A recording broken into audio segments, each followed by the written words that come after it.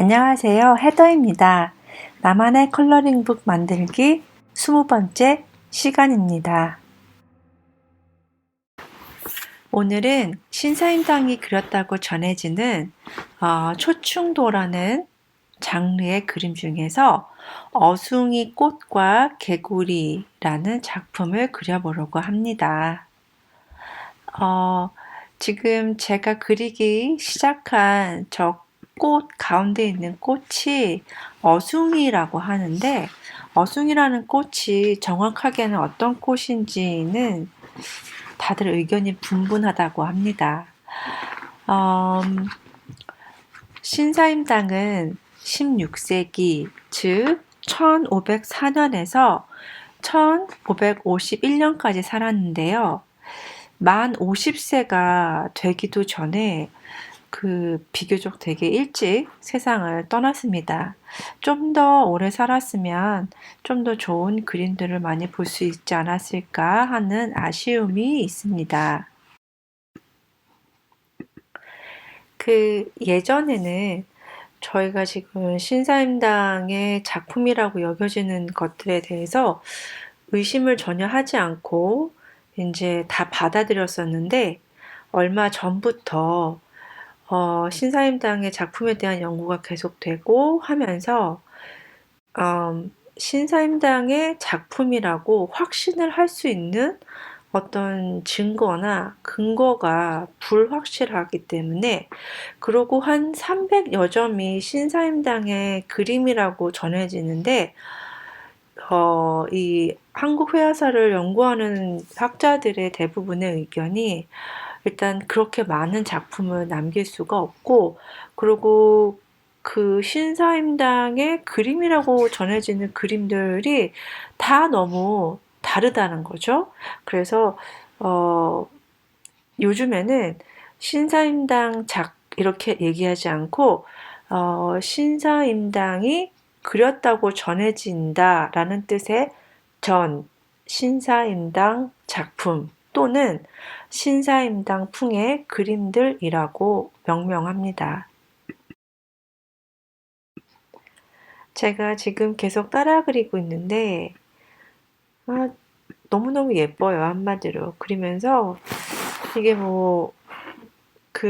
제가 되게 신기한 게, 이게 그 당시에 사진이 있던 것도 아니고 아니 어떻게 저렇게, 사실 제가 꽃을 어숭이라고 그래서 찾아봤는데 의견이 분분하다고 말씀드렸잖아요.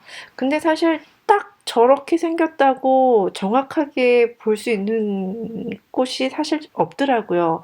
근데 그럼에도 불구하고 저 꽃 자체는 형태가 되게 올게닉하기 때문에 사실 어떤 내 맘대로 그릴 수 있는 여지가 있잖아요. 근데 저 밑에 있는 메뚜기인 것 같아요.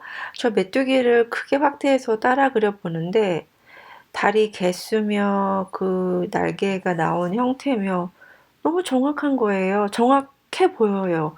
관절 이렇게 꺾어지는 거나, 그리고 이쪽에 또 개구리도 있는데 개구리 뒷다리 앞다리 형태며, 그리고 제가 이 화면에는 작아서 그리지 못한 잠자리가 있는데 잠자리도 크게 확대해 봤더니 너무 정확하게 디테일하게 그려서, 제가 또 그리면서 어떻게 이거를 이렇게 정확하게 그릴 수 있었을까라는 궁금증이 생기긴 하더라고요.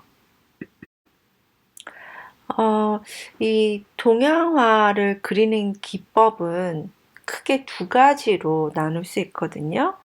그래서 왼쪽 사진에 보시는 바와 같이 왼쪽에 윤곽선이 먼저 있고 안에 색깔을 칠한 나뭇잎은 그게 구룩법이에요.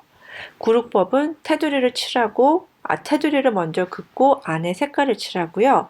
저 그림에서 보는 것과 같이 오른쪽에 있는 먹으로 된 거는 몰골법이라고 합니다. 몰골법은 윤곽선이나 테두리가 없이 저렇게 먹이나 칼라로 농담을 내는 기법을 말합니다.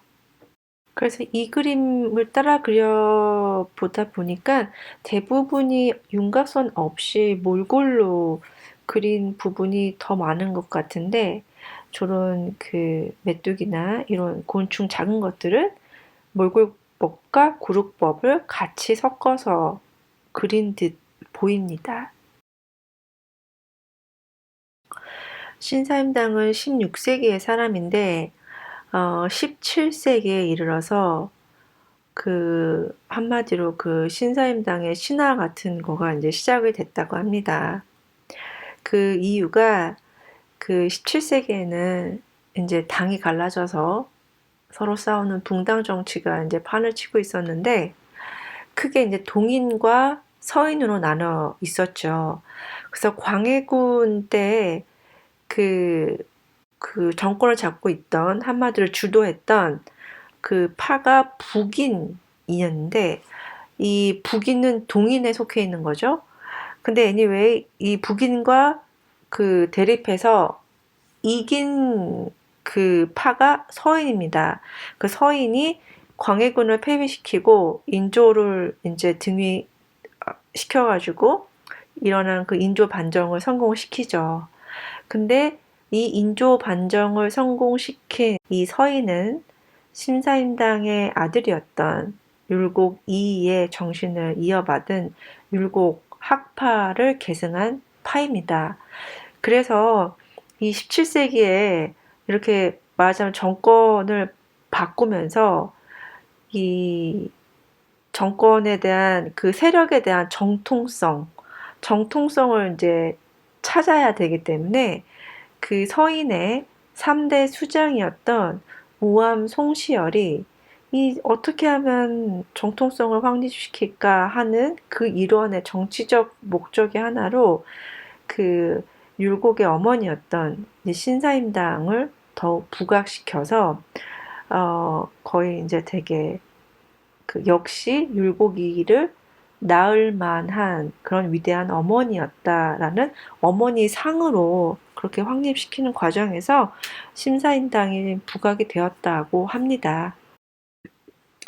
하지만 그 정확한 이유와 그 연유는 우리가 알 수 없지만 그 덕분에 뭐 또 사실 이것이 신사임당의 작품이다라고 또 정확하게 할 근거도 확실하지 않지만 어쨌든 지금 현재를 사는 우리가 되게 아름다운 유산으로 우리가 누릴 수 있는 거는 참 고마운 일인 것 같아요. 이 초충도는 그 풀초자와 곤충의 충자를 합해서 말 그대로 풀과 곤충을 그린 그림이다라는 뜻인데 이 그림에도 나왔듯이 이 개구리 같은 경우는 알도 많이 낳고 또 형태도 많이 변하고 해서 다산이나 아니면 뭐 제복 이런 거를 뜻하는 의미이기도 하고요. 또 개구리는 움츠렸다가 도약하는 그 성질 때문에 학문적 성취를 도모하는 마음의 반영이라고도 합니다.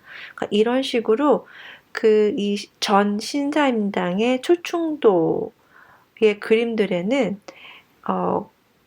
이런 다산이나 자손 번창, 풍요, 장수, 출세 이런 것들을 상징하는 꽃이나 곤충이나 식물 이런 것들이 대부분 그려져서 그런 마음을 담은 그림인 것 같습니다.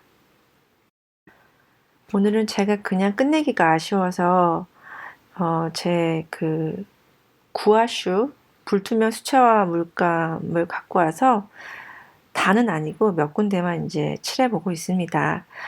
제가 지금 참고로 삼은 사진은 그 국립중앙박물관 웹사이트에서 다운받은 것인데 그 전 신사임당의 작품들은 그 보관 상태가 좋지 않아서 일반 사진은 되게 보기가 힘들어요. 근데 그 국립중앙박물관에서 그 다운받은 그 사진들은 화질이 좋기 때문에 그러니까 해상도가 높아서 확대를 크게 해도 되게 선명하게 잘 보입니다. 그래서 혹시 이제 그려보고 싶으신 분들이 있으면 국립중앙박물관 사이트에 가셔서 화질 좋은 전신사임당의 이 그림들을 다운받아서 한번 그려보시기를 추천드립니다.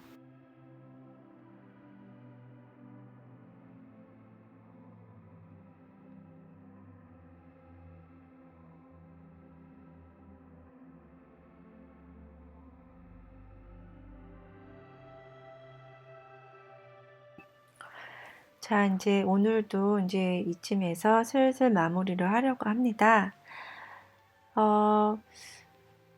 글쎄요, 제가 한국 사람이라서 그런지 이 한국의 작품들을 할 때는 좀 더 재밌고, 뭐라 그럴까, 더 정이 많이 가는 것 같아요. 자, 그러면 저는 이제 이쯤에서 마무리하고요. 다음에 또 다른 걸로 찾아오도록 하겠습니다. 바이.